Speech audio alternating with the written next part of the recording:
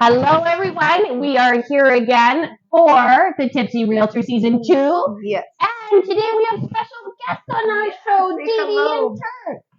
And the reason they're here is because we are talking about, we're going to teach you how to make a Greyhound. And we're talking about how to pet-proof your home and how you can make it so that your home keeps up its value while your fur friends wander around and do their business. Look at him, he just keeps leaning on me. And for those who knows, I'm not a dog fan.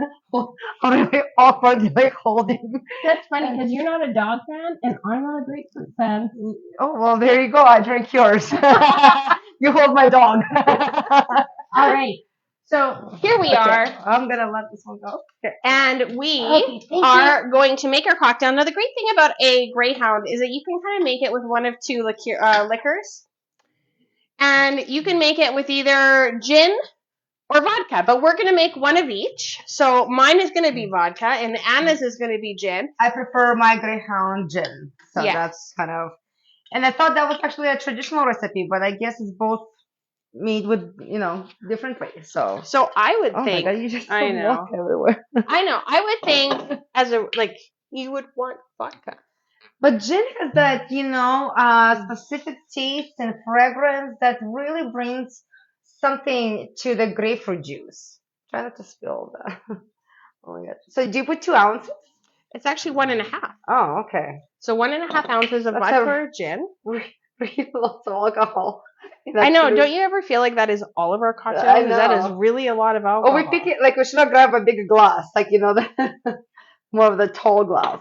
Well, and also too is what's funny is because we always have to be cognizant of what we have, because if we drink later or drive later because we have to work. Yes, we have to be very careful. So stir it a little bit. Garnish it with your lime. And actually, we could have done a spring of rosemary, which I have out in my garden, and we totally forgot about. Hold on. So that one is gin, right? I think that one's vodka. I don't know. Yes, that's right. So I'll do this. There you go. Oh, that looks very pretty. Look at that. There you go. So gorgeous. Nice.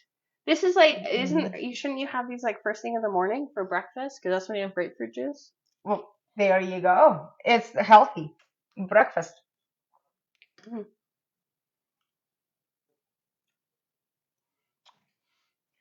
Definitely need a bigger glass. But it's really good. I actually a big fan of Greyhound because I do like my grapefruit juice. And I find it's a nice refreshing. I'm not a huge juice or like pop drinker, but there is a few because it's kind of tart, not too sweet. It's really good. Grapefruit juice does not taste as bad as I remember it tasting. So it's not horrible. No, it's really delicious. And I love it. It's nice and fragrant. So it's good. It's good patio drink, especially with rosemary. We forgot. Anyway, about pets. So we have talked about pets before in our show because it's a part of showing homes. And pets are part of your family. Yeah, like what to do with pets and how to handle the showings. So we're gonna elaborate a little bit on it. Of course, it goes. You need to figure it out what you do with your pets during the showings. And for a lot of people, it's hard because especially if you have bigger pets or pets that don't like people, which sometimes happens, is how do you manage those? And we're going to talk about pets ranging from cats all the way to lizards, tarantulas, and all that other fun stuff. Because believe it or not, we have had to show houses with all of them. Yes, absolutely. As long as for me, again, the dogs, it's something I'm not comfortable with. But especially if they're on the loose, especially big dogs, for sure. Like we talked about agents coming to the door, and if there's a big dog running in a house and it's loose and it's being very loud, a lot of them would just not go in. Yeah, I just won't go in because, I like to make the joke to my clients is ask them to go in first. Yeah, you go first, see how it goes. Yeah, but for me, I would freak out if I see, I like lizards, I have a lizard, but snakes. Yeah. I remember we did that one property and there was the whole snakes in every room. It's definitely made me feel but you have to remember, buying is an emotional process. So if there are pets that some people may feel uncomfortable, like me around snakes, it may leave not such a great aftertaste, after the showing. Yeah. So the best thing you can do is when your house is up for sale, if you have a friend, a family, a coworker, a neighbor, anyone like that that would maybe come and watch the dog when showings are happening, or come and take the dog out of the house, or someone even the dog or the cat can stay with, or Yeah. lizards or whatever. If that's possible, that's honestly your most ideal situation. Kid next door, anything like that. Yeah. But if that's not an option, because it's not an option for everyone, sometimes you might want to look at trying to have specific times of when to show the house. But remember that evenings and weekends are the most shown times of a home. The more flexible you can be, the more likely you are to sell your home quickly. And because if buyers see you as being inflexible during the showing times, a lot of times they can assume that you're inflexible during the negotiations as well. Yes, absolutely. And I think it's very important to communicate to your realtor about your availability and pet schedule. And if there is somebody who can help you out with the pets, or if the pet's not going to be in their home, because not everybody has, the budget for the pet home, but a lot of people I know who like work in downtown and like long hours, they usually put their, pets who especially need like extra care in a pet care. So if you tell your realtor, then we have a little bit more flexibility of showing your homes and communicating that to the potential buyers. Well, and you have to remember too is that if it may be $100 or $200 or $300 investment in order to get your home sold quicker at a higher price, faster, it might be worth that small investment of putting your pets in somewhere, as long as it's safe, of course. We're a big believer in safe. Now, the other thing is people don't realize that selling your home for a human is one of the foremost stressful times in your life. So if it's that stressful for you, just imagine how stressful it is for your pets. I think moving is number one stressor on the list before death. Really? I thought divorce would be a high stressor. I think it's in that top 5, but moving, it was actually number 1 before death. Wow. Yeah. See, and that's why my husband swears we're not moving. But those are the kind of things. So he'd rather die. Says he has to die. Yeah. But those are the kind of things that you want to talk to your vet about. Yeah. Is there measurements or things that you can do to kind of help de-stress your pet? Do they have any advice? And these are your experts on your family friends. Yeah, and we had to deal with a lot of clients who did have pets that got stressed out, or they have some sort of health problems that the moving becomes really difficult for every showing because they get anxiety, they don't sleep, they don't eat. And for a lot of people's pets are members of their family, and they want to eliminate the stress for the animals. So there is a lot to consider. So you want to let that realtor know as well. Yeah. Make sure that we are aware. And putting sometimes pets in even controlled environment, like in a basement or in a closet, in like kind of no, but I see them in the open closet. I've seen them in a cage. No, they were in a walk-in closet in a big cages. It's just confined to one room because not everybody is comfortable with a pet running around. True. And sometimes if we know that the pet is in one particular room, at least like we're not just gonna barge in and start walking around. We're gonna be carefully not to disturb the pet as well. Jeez. You can also eliminate. That's why I keep my child in the closet. You can also eliminate stains and smells because even though you may not smell them in your house, unfortunately, other people who don't have pets may. Yes. So those are the kind of things. And you know what? I have a lot of even friends with my network who love the dogs, but they're allergic to cats. Mm-hmm. Or other way around, which is to me, it's crazy. But the human body, or whatever it is. So we do need to be cautious that not even some pet lovers are not all equal. They don't love all the pets the same, and they may have allergies. And we talked about cleaning the furnace as well and the ducts. Yes, to eliminate the exposure of the hair and dandruff in the air. But to the minimum, for me, I please vacuum everything and polish the countertops. Because that's the kind of the worst thing that you can smell it and see the hair everywhere. Well, and you can use those things rollers to get all the hair off of your couch and stuff like that. Now, realistically, most people looking at your house won't probably sit on your couch. But again, it's just an appearance. It helps get things away. There's also BT checkmark. I don't know what it's actually called. I use it all the time because I have two wonderful teenage children. But I use it all the time to eliminate odors for my wonderful teenage children. That's a different show, teenage children.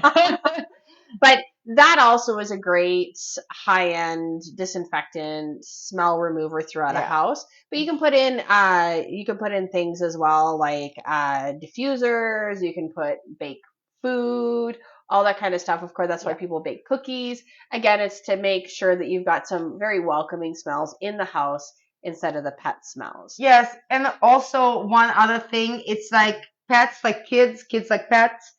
Whatever the damages they cause to your house, it's important to fix them up. Yes. Like, especially if there is a corner, like the rough corners that they maybe chewed on or where the cats clawed the carpet. Yes. I mean, some of the things could be really big, like your hardwood flooring, and there's not much you can do. And people who are moving usually like, oh, I got dogs, so it doesn't matter. Exactly. But you have to price in accordance if there's damage that you can't remove. Yes. So definitely the price will have to reflect some of those damages, like if it's completely ruined hardwood flooring. But if there's a paint, like, try to touch up the paint. Some of the things can be fixed quite easily, especially if it's a baseboard that is very popular. You can just put a new baseboard. But those things do worth but just because you have a pet, it's not a good excuse not to have something prepared for the showing or for the sale. Absolutely. And if you have dog beds or cat houses or things like that, animal toys, remove them. They're not a great decor. They're not great staging material for the house. So remove them. Even if you're just taking them. So we tell everyone to have what we call as a go bucket. And it's a big, huge blue Tupperware. And it's everything that you would normally need that shouldn't be out during a showing. And you throw it into the bucket. And then we always say, just put it winter gear on the title of the box, or socks, or something inane that nobody stuffed animals. Yeah, something that nobody would want to take a look at, and that's your go box. So that's everything you shove in there during your showings that you need to take out as soon as you get home.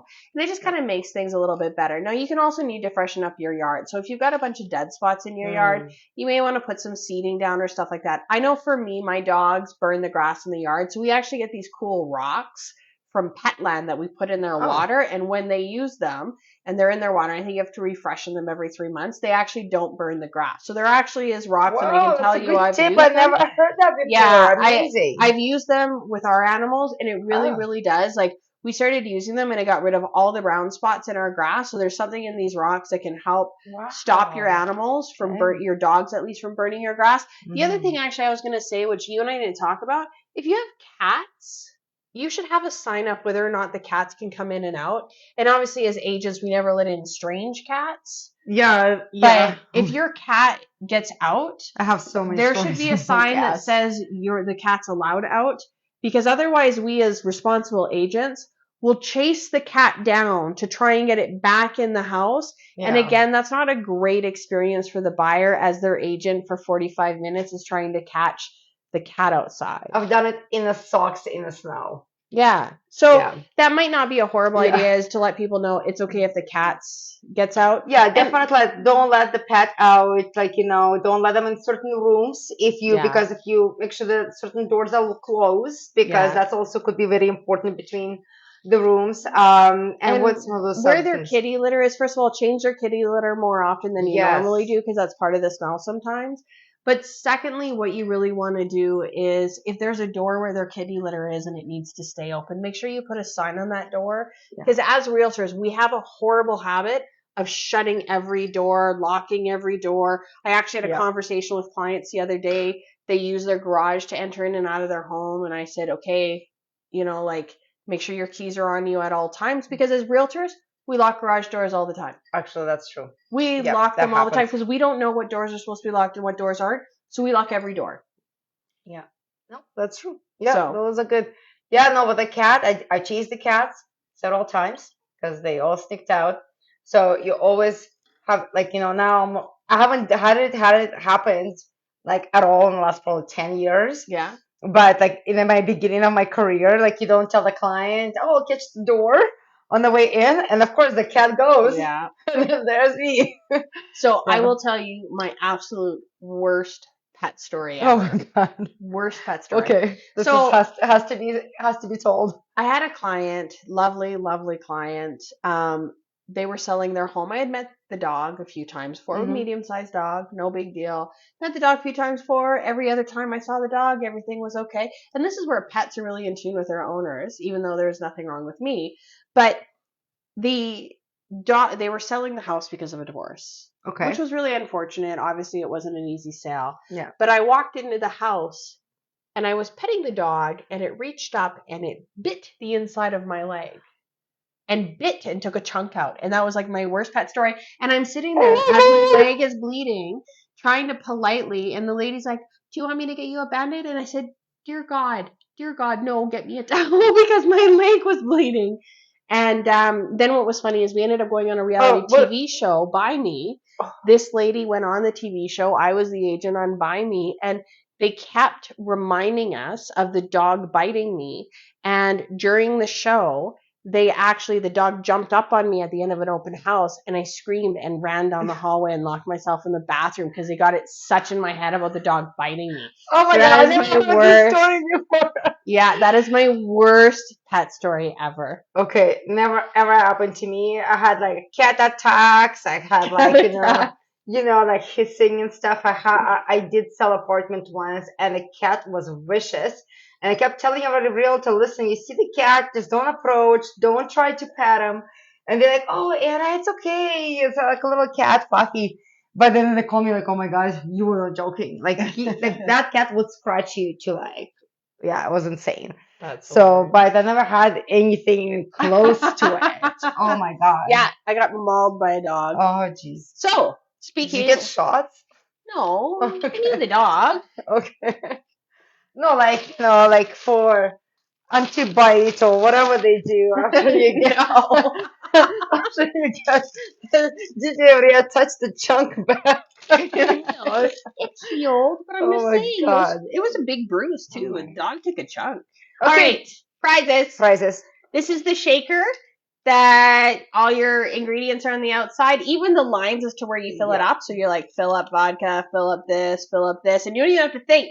So this is your cocktail maker. It's for like the a cheater. patio. It's like a It shaker is. cheater. Like it And tells it's you. dishwasher safe. That's really exciting. Oh, amazing. And there's 6 classic recipes.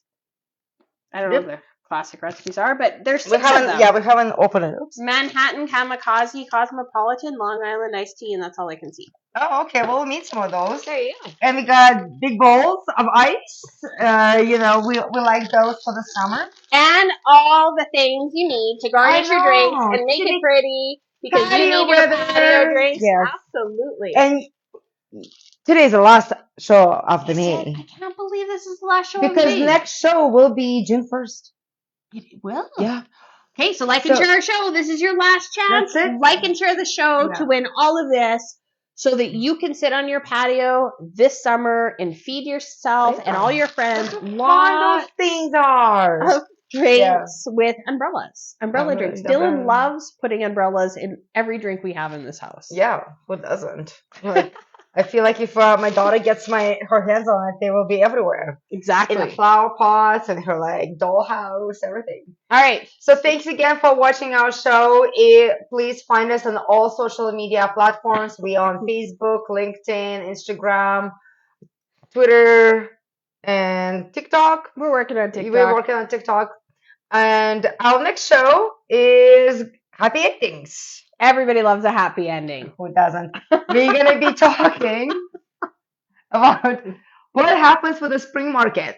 Is it coming to the end? And is it a good time to still list your home? Exactly. Because it's going to be June 1st. That's actually, like, we couldn't pick the perfect date and topic for that. Exactly. So this is where you get to know when the spring market really ends and get all that information about how to go forward from here, either this year or next. Okay. And of course, if you're looking at buying or selling a home, please call the number on the screen for your friends, your families, your coworkers, your neighbors, anyone who talks to you about real estate. Make sure that they call us to make the best informed decision that's for them. No matter what, we will tell them the honest truth and let them make the Yeah. decision that works best for them. And it's, if you are moving, Yeah. great time to still do that because the summer is not quite here yet. A Yeah. lot of people like to get that stuff done before the summer. Yeah. And if you're thinking to do it after the summer, we only have the 2 short months of summer. So you need to Exactly. plan for those things. Exactly. All right. Well, thank you so much. Have a Thanks. great day. We'll talk to you guys.